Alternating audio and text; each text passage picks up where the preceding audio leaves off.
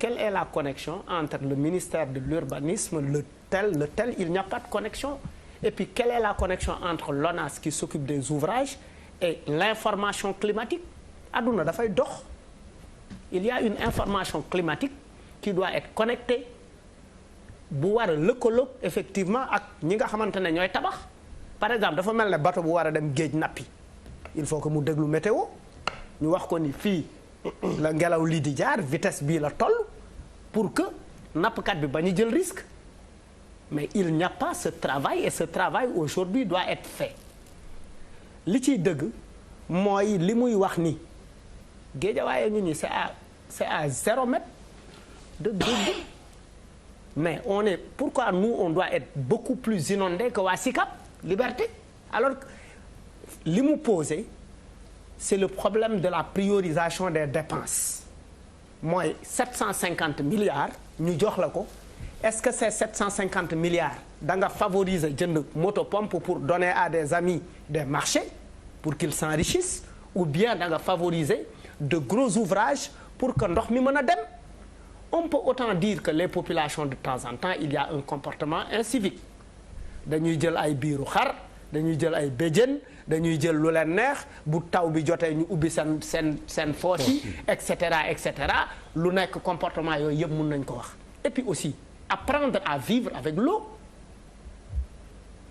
Apprendre à vivre avec l'eau, un programme de résilience par rapport aux inondations, c'est-à-dire da ngay am bassin de rétention mun nañ ko def pisciculture, il y a un programme de pisciculture bu ñu fa mën a def nit ñi napp nit ñi yar fa ay jën, c'est important. Bananerie yi muy wax effectivement mën na fa nekk, ça amortit la pauvreté dans ces zones-là parce que la plupart de ces zones sont des zones habitées par des populations qui n'ont pas assez de moyens, où les jeunes ne travaillent pas. C'est-à-dire, est-ce que on associe véritablement les populations au travail? Le travail n'est pas inclusif. C'est-à-dire, on ne met pas, les populations ne sont associées à rien. Tey yaa ngi wax ni il y a le SIDEC. Oui, je peux être bien d'accord, mais est-ce que les discussions avec ces gens-là sont approfondies comme il le faut? Est-ce que ces gens-là sont associés ci niveau yi ñu leen war a associer? Parce que quand même booy gis lii xew parce que il suffit que mu taw tu ne peux plus bouger sur Dakar, tu n'as plus amatoo envie dem fenn c'est le problème est récurrent et c'est au quotidien qu'on le vit nga qu'est-ce que ces gens-là font tey et puis qu'est-ce qui est prévu pour ces populations yi nga xamante ne ñu ngi dund ci ndox mi taw na amuñu ay moyens pour génn fa fan la ñuy dëkki? Qu'est-ce qu'ils font? Les conséquences des inondations, feebaru waga yi gaa yi di am, paludisme bi gaa yi di am, yeneen feebar yi nga xamante ne xëy na sax kenn xamul seen tur lan la. C'est pas forcément que les gens veulent na ndox mi dem rek 10 minutes après kenn du ko gis, mais il y a les conséquences des eaux inondées, il y a les conséquences mélangées également ak ndoxu fosse yeeg et cetera. Il faut que quand même qu'on discute de manière beaucoup plus sereine et responsable. Ku ci nekk il y a pas de problème à reconnaître que oui, ça ne marche pas. Il y a pas de problème à reconnaître que oui, on a fait une faute dans notre gestion, dans notre démarche, dans notre stratégie. C'est pas parce que les gens viennent d'Europe que c'est parce qu'en fait ceux qui sont en Europe ou ceux qui sont aux États-Unis, ils savent qu'il y a énormément de moyens dans ce pays injectés dans des institutions et des ministères et qui sont dilapidés à tout bout de champ. Il faut que ce comportement arrête. C'est pas pour dire que c'est vous qui le faites. non beneen yoon moom la joxatee nga wax wolof s'il te plaît. honorable mayal ñeneen ñi yeggali rek. non je précise juste une chose Malal. non s'il te plaît. On n'a jamais dit il y a pas de... oui ma déjà man maa la ko ñaan. D'accord. mayal ñeneen ñi wax parce que vous avez beaucoup. Après je vais répondre à tout. Papis tu as la main. J'ai la main en fait damay rebondir si Malal waxee en tant que si côté chroniqueur yi quand Malal di soxlawul ngay jàng pour xam ne nous avons des problèmes d'assainissement c'est vrai mais soxlawul aussi ngay jàng pour xam ne Sénégal am na effort un tant soit peu bu mu def en matière de gestion des inondations su ma convoqué la formule des libéraux aux premières heures de leur pouvoir bi ñuy wax les années de braise bu ñu rappelé les années de braise par rapport à l'inondation c'est que ce même débat dafa doon suscité wu et ce qui m'avait marqué récurrence bi mooy que les responsabilités situées sont restées les mêmes c'est-à-dire il y a 2 responsabilités engagées dans ce cas benn bi moom mooy wax nañ ko léegi les populations yi bu ñu ci taxawee tuuti développé ko mooy il y a 40 ans il y a 30 ans il y avait pas ces problèmes. C'est ça. Il y avait pas ces problèmes géographiquement parlant il y avait pas ces problèmes mais dans la culture sénégalaise le Sénégalais lu mu xam suuf la xam fii am na suuf damay dem dëkki zone habitable la où c'est pas son problème il y avait pas ces réflexes à l'époque c'est une pesanteur c'est des tares yoo xamante ne dañ koy traîner benn responsabilité elle est étatique c'est-à-dire damay ñëwaat si soxlawul ngay bëri jàng pour xam ne y a ce qu'on appelle le phénomène de la désurbanisation boo defee géographie ak bu tuuti di nga ko xam moo xam dëkk moo xam village moo xam lu mu mënti doon boo ko jëlee si wàll pour ñu comprendre que une ville day ngande day croître donc mooy dem ba la centralité de la ville day sax changer même boo demee ba les gens qui sont nantis wala supposés nantis avant boo xoolee ce sont ces mêmes gens-là qui vont occuper les banlieues parce que dañuy génn mooy ce qu'on appelle le phénomène de la désurbanisation c'est une réalité dans tous les pays du monde maintenant si ce cas se présente c'est à l'État du Sénégal c'est à l'État quel que soit l'État parce que c'est un cas universel de faire l'anticipation pour savoir que dans 15 ans 10 ans projection il y aura une démographie l'extension de la ville et anticiper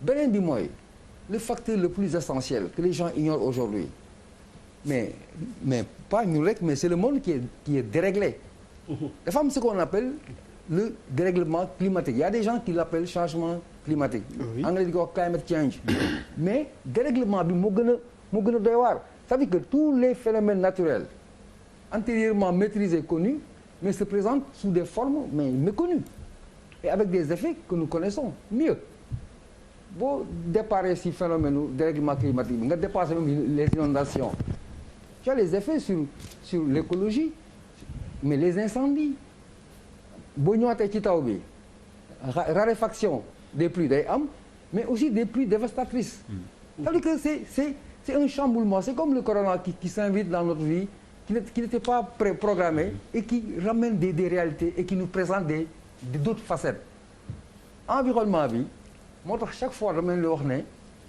moom mooy l'avenir du monde parce que tout repose sur l'environnement et la dernière émission on en parlait parce que c'est environnemental je disais que même dans certains pays le profil même du ministre de l'environnement mais dañ koy xool de façon extraordinaire parce que li muy porter comme espoir ak solution c'est incommensurable. Il est aussi important c'est que là le où nous en sommes ministre, aujourd'hui moo tax il faut non seulement tenir les choses te li ñu amagum les acquis que nous avons mais il faut aller en profondeur parce que ça va aller crescendo donc si on avait prévu 700 milliards pour ça il faut prévoir 2000 milliards pour ça parce que et dans 30 ans aussi les besoins se présenteront dans cette circonscription qui concerne l'environnement bon comme il y a des spécialistes du ma mën a sori je vous laisse la parole tu as tout compris Pape Djibril bismillah xam nga comme da nga fi xaw a géej foog ñu dalal laata. dama la bëggoon mujjee mais après dama doon bañ nga xaw a frustré.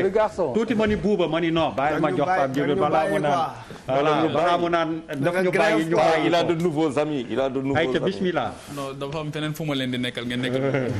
loolu rek la multitâche. je pense que ne.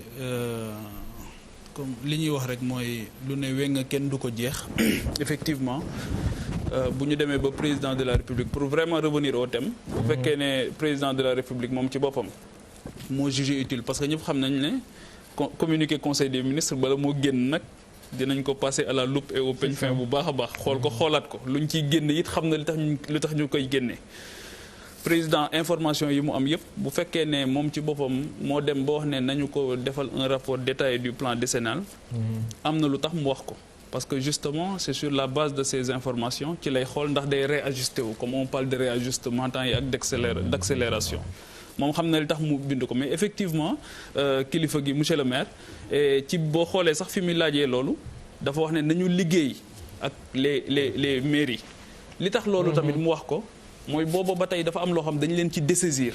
te liggéey boobu faaw rek yéen a ko mën a porter pour mu mën a am impact bi nga xamante ni moom ngeen bëgg a am.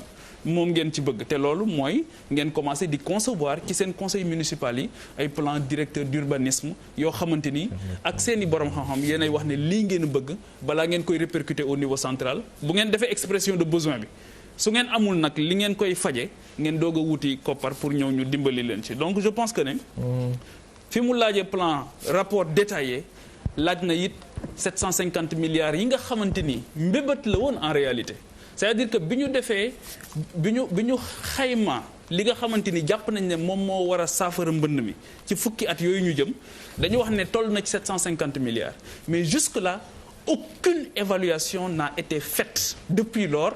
D'abord amuñu woon ay indicateurs et je le tiens de source très sûre on n'avait pas d'indicateurs boo xamante ni ci la ñuy defee évaluation bi mais évaluation mosul am depuis lors loolu mooy le premier kii moo tax moom mi nga xamante ni moo ëpp information yëpp moo laajte rapport détaillé maintenant quand tu attends 10 ans pour me demander un rapport détaillé pour man waroon nañ di def ay évaluation permanente ba nga xamante ni dinañ mën di joyanti jamono bu nekk ba nga xamante ni li woon dafay woon ni loolu mooy le premier aspect leneen li mooy y a un problème y a un cadrage institutionnel qui pose problème et je parle ci contrôle au directeur c'est-à-dire que tey jii qui est responsable dans la gestion des inondations waxuma qui est responsable des inondations parce que loolu ñëpp xam nañ ko xam nañ ne le problème mooy benn mal urbanisation boo xamante ni am na problème bi mooy absence de développement absence de politique urbaine boo xamante ni am na tey jii boo demee dëkk bu mel ni Ziguinchor il y a des quartiers yoo xamante ni Santhiaba Budodi c'est des quartiers yoo xamante ni qui sont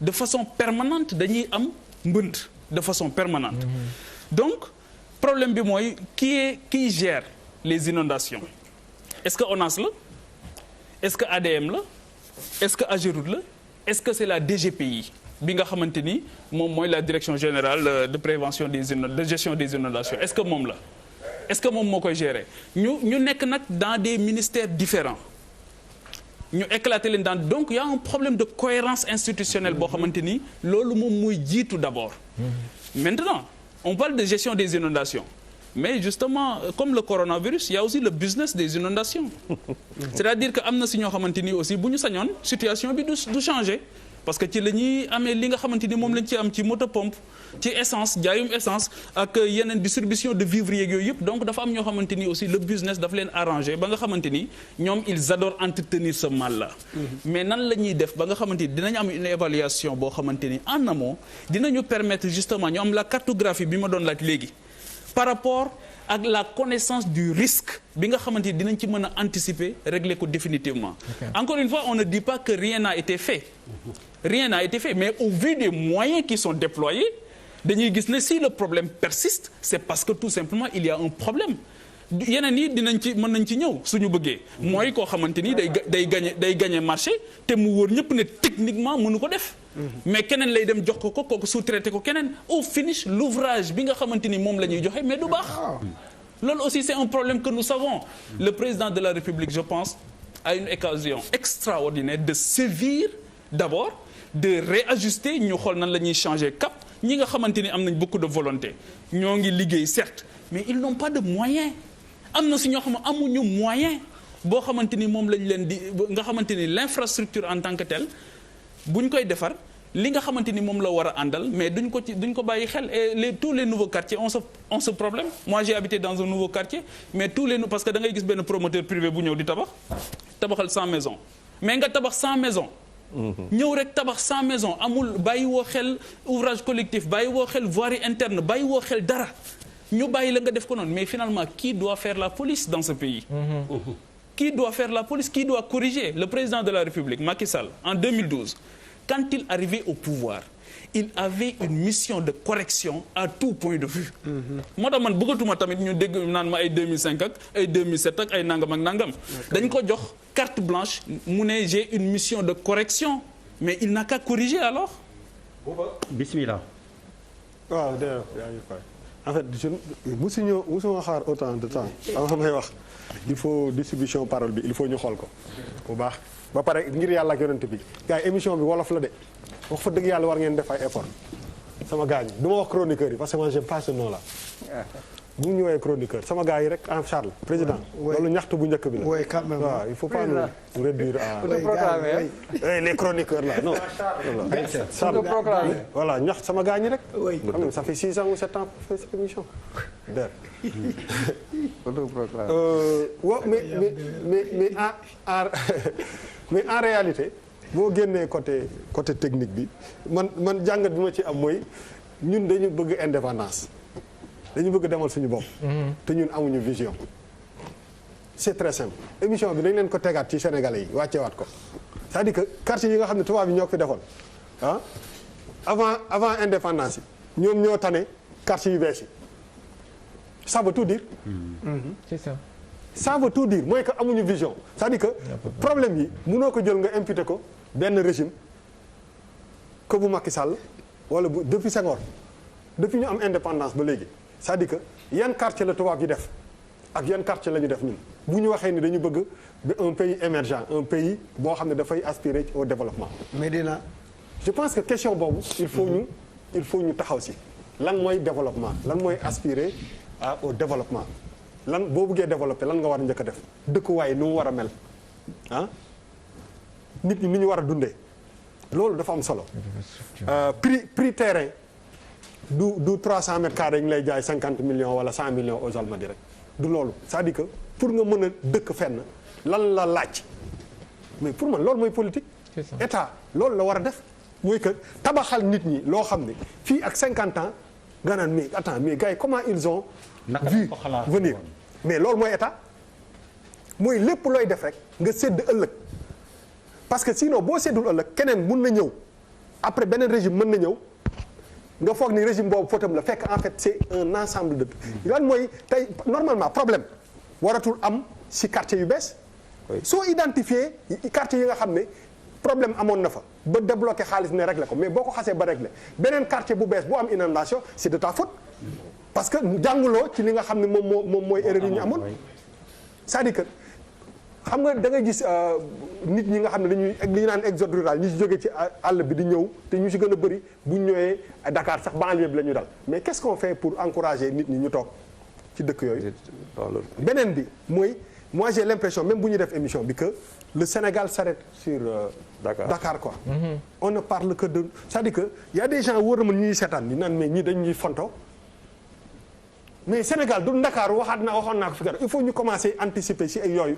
bu ñu nee 700 milliards yooyu nan lañ ko tasee ci territoire national bi c'est pas le Sénégal je suis désolé arrêté wul à Guédiawaye wala Kër Massar. boobu xanaa da nga liirul titre émission non dama ne titre liiruma dara dama ne. voilà loolu tax dama ne. parce que ça répond à ce que tu dis on a dit sur tout le territoire. non waxuma si dama ne man je ne me base pas si li nga bind je me base si li ñuy argument yi ñuy avancé ñun ñii ñëpp. ay réewum taax bi lañ dëkk Ndakaaru lañ dëkk donc on a cette tendance là di wax loo xam ne moo ñu concerné par rapport ak suñu environnement bu immédiat mais je parle globalement du Sénégal c'est quoi le problème du Sénégal fu mu nekk nii yan quartier fii ak ñaata at la ñuy régler problème mu Kër Massar wala problème mu Guédiawaye il faut ñu xam ni problème bi dañ ko war a régler ci temps bi mais que mu bañ a dellu si waat aujourd'hui quand tu vas à Diamniadio est-ce que c'est prévu. C'est une grande question. Qu'est-ce qui se passe ci dëkkuwaay yu bees yi. Est-ce que ces problèmes-là risquent de revenir plus tard. te loolu borom xam-xam yi dañu ci war a wax lu leer c'est-à-dire que borom xam-xam mooy xool ne fii ak 50 ans bu fi nit ñi dëkkee nii la war a demee loolu moo tax ñu jàng loolu.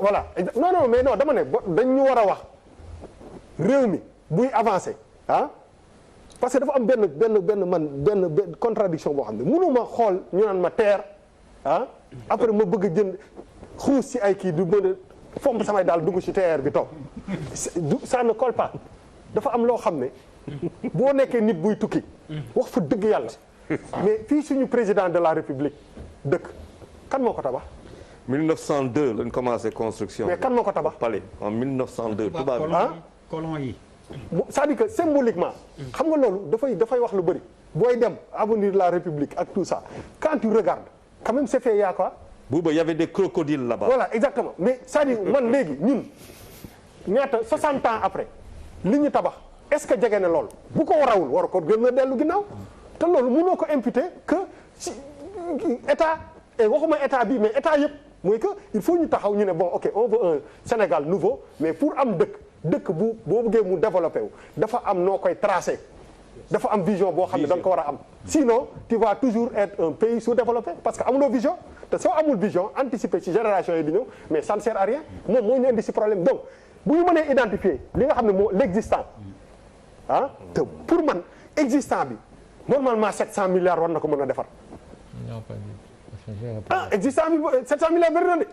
yaa may dégg mais maintenant si 700 milliards yi lan moo ci dem ci li nga xam ne ay quartiers yu récent la yoo xam ne bi ñu ko defaree yàggul est-ce que vous pouvez dire ONAS ak état bi mën nañu wax Sénégalais yi que aujourd'hui man mi dëkk Rufisque quand même su may dem damay gis que ni y a des problèmes quand même y a des problèmes te tamit bu ñu logiqué wax fa dëgg yàlla peut-être amélioration am na ci mbirum mbënd bi dañu waxante dëgg par rapport ak li fi doon xew il y a quelques années loolu moom non il faut tamit dëgg dañ koy wax par rapport ak ni mu doon demee peut-être que wàññeeku na mais dañu bëgg mu jeex mais pour mu jeex il faut ñu régler problème yooyu une fois pour toutes. il nous met dans les perspectives déjà. mais xoolal li ci gën a rëy. mais excusez-moi professeur di nga yow mais wuy ma interpellation bi gën a mag bi mu def mooy 700 milliards. nee na waroon na ci doy. waroon na ci doy. parce que déjà il faut que ñu wax ñu ñaata la 700 wala 750. bon non je dis la vision. c'est que boo gisee may rebondir ci. oui très rapidement pour permettre à DG mu wuyu parce que c'est lui qui est interpellé. c'est l'État si nous sommes tous interpellés en tant que Sénégalais. que ça soit le pouvoir que vous journalistes tout le monde est interpellé par rapport à la situation. Voilà parce que nous vivons dans ce pays. c'est que bu ma parle d'une vision. bu Sénégalais bu ñu amul il peut pas répercuter ces inondations à un régime de Macky Sall du président Macky Sall. du président Wade ou du président. D'accord. Tous les régimes qui sont passés. c'est que si sa réflexion man dafa am lu ma ci gis. te je pense que loolu moo tax moi je loue la vision du président Macky Sall en mettant sur place le plan décennal contre ces inondations. xam nga tey vous parlez lii colon yi def doo fa gis inondation mais tey fi inondation yi def yëpp am ci Sénégal yëpp c'est pas des constructions gérées par l'État. C'est ça. C'est la vérité tey foo ci mënti dem promoteur qui cherche de l'argent. Quel est le rôle de l'État? Non, pardon, je vais venir sur ça.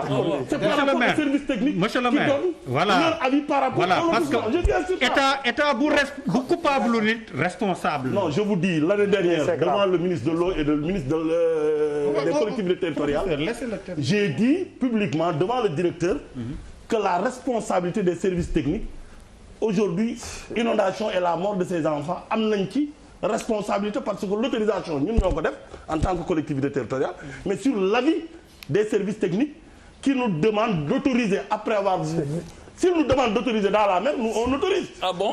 Mais pourquoi si on te présente un dossier d'autorisation de lotir le maire je parle le cadre de ma commune. Oui. C'est d'un titre foncier. En fait li nga wax ni dafa am solo trop. C'est des titres fonciers de l'État.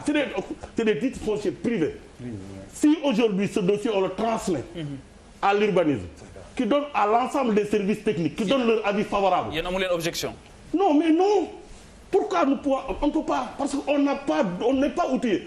Il y a le cadastre qui connaît la nature juridique. Il y a l'urbanisme. autorisé nañ. Et c'est sûr oui je vous dis ce dossier d'autorisation. Mais est-ce que jàppoon ne foofu war nañ ko réformer quand même ngeen am devoir de regard ndax yéen a xam seen espace. Non mais je pense que. parce que tey beneen mbir bi nga xamante ni dañ koy constater monsieur le maire mooy ñu bari dañuy wax ne fii ma dëkk daawul taa te léegi day taa. si laay ñëw morphologie de l'espace boobu. mais y a l'action de l'homme. loolu c'est que fi muy dëkk daawul taa c'est que ba mu fay dëkk boobu mu ngi ci sécheresse. ndox mu vécu na non je reviens sur la vision que le président Macky Sall am ba war a mën a taxaw ne na xool yëkkati plus de 750 milliards.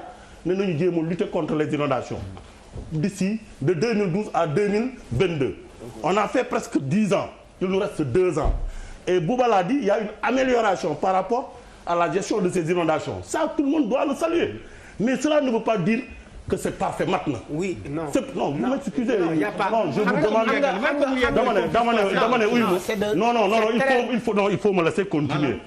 j'ai la parole si tu peux parler tu peux parler. tu as le temps de parler. dama lay ëffal ak non mais man je suis à la disposition de tout le monde.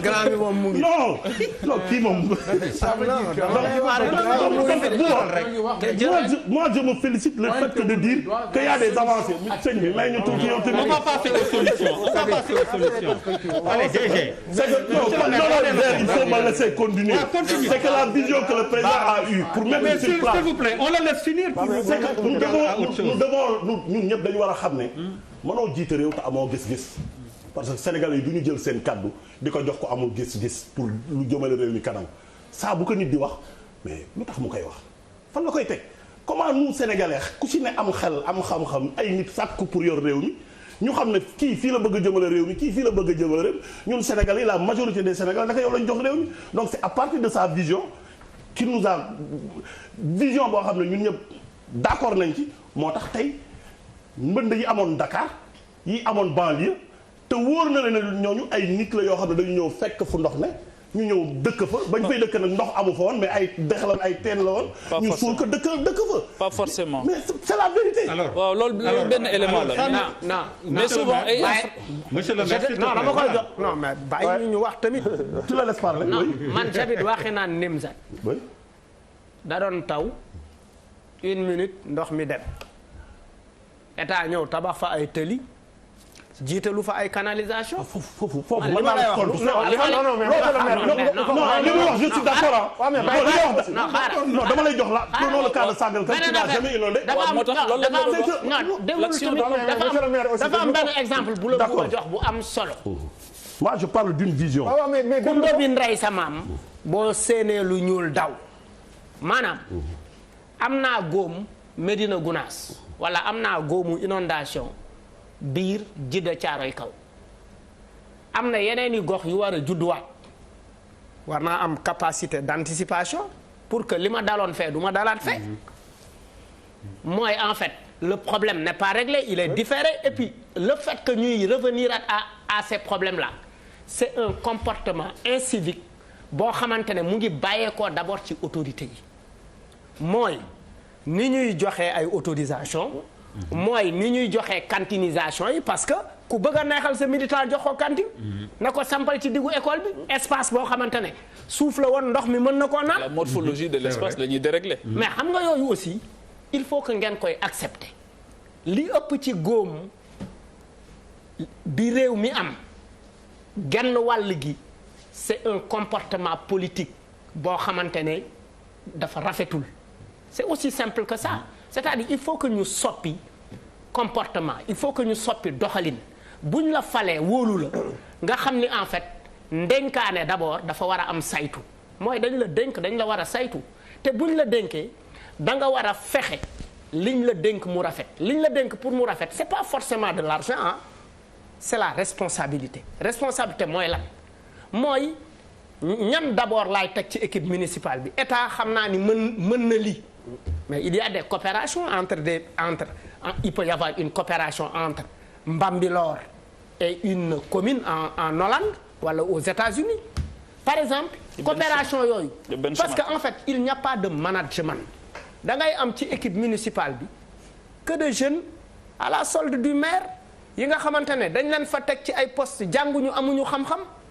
qui ne savent pas rédiger un projet alors que une ville c'est un management. Une commune c'est du management. on parle même de marketing. Ay par exemple dëkk naa Guédiawaye la commune de Wakhinane ñu ne par exemple mbënd mooy problème am mais le maire doit avoir à ses côtés des techniciens yu xam problème mu mbënd. Le problème à Wakhinane c'est l'insécurité c'est le vagabondage et la délinquance il doit avoir un conseiller à côté de lui sur des questions pareilles. mais vous vous entourez de béni oui. Non, vous vous entourez de béni oui. Ça prouve nettement que tu ne connais pas l'élu. Ça prouve nettement que yow non mais da ngay non mais si non je pense que noonu lay demee wala demeewul noonu. non du de am loolu xel sax mënu ko xalaat. lu tax je vous dis. lan comment se fait-il qu'un élu may ko mu tontu. dama ne nañ déglu. un élu. dafa war a nekk kenn ku war a xam lan moo war a nekk ci mbënd. La compétence du maire. Il faut d'abord regarder quelles sont les compétences de la collectivité territoriale avant de définir la personne qui doit être élue. Un élu, c'est un Sénégalais que les populations aspirent pour le développement de leur localité. ci wolof waaw. maanaam nit la koo xam ne. askan wi ñooy xool ne kii kat yaakaar bi ñu am ci moom pour mu développer seen collectivité territoriale. oui bu tàllalee na moom laa soxla. askan wi naka yow doy nañu. avec un suffrage indirect. Avant de parler du maire, parlons de l'élu. Non, dama ne non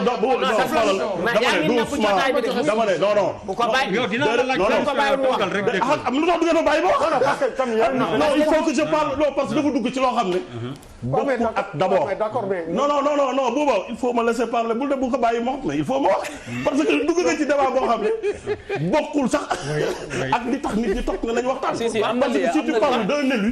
qui doit gérer les inondations dans une collectivité territoriale. il faut que quelqu'un qui non da nga ne il faut am nit koo xam non déglu ma rek. li nga wax non dama ne déglu rek. il parle des élus mooy conseiller rek. bu ñu falee nit monsieur le maire bàyyil grand bi mu am. déedéet c'est que fi nga dugg non doucement rek. non malal dama ne. du foofu du non malal dama ne. mun naa leeralaat li nga wax. ñëpp dëgg nañ li nga wax. mais déedéet non malal dama ne dama bëgg nga xam ne malal gis nga être élu nekk un conseiller malal amoo fenn foo gis ci code général des collectivités territoriales mu ne la ku war a nekk conseil da nga war a am telle qualification sur tel domaine. Pape Djibril après je reviens. Tu me laisses continuer. Malal a raison. Malal a raison. Malal a raison. Mais vous n'arrêtez pas de l'interpeller. Il n'arrête pas de répondre. D'accord. Mais une minute. C'est-à-dire non kii. Malal a raison. Mais yow non may ma tamit. Tu conçois que Malal parle que les autres ne parlent pas. Non débat bi kañ moom bu ci duggee moom et Malal. non bàyyi ko finalement ça devient un ping-pong du sama borom. même si amul ku muy waajal fële sax. mooy indi problème de. monsieur le maire yéen ñaar ñëpp ak leen seen débat boobu. je reviens au DG s'il vous plaît DG.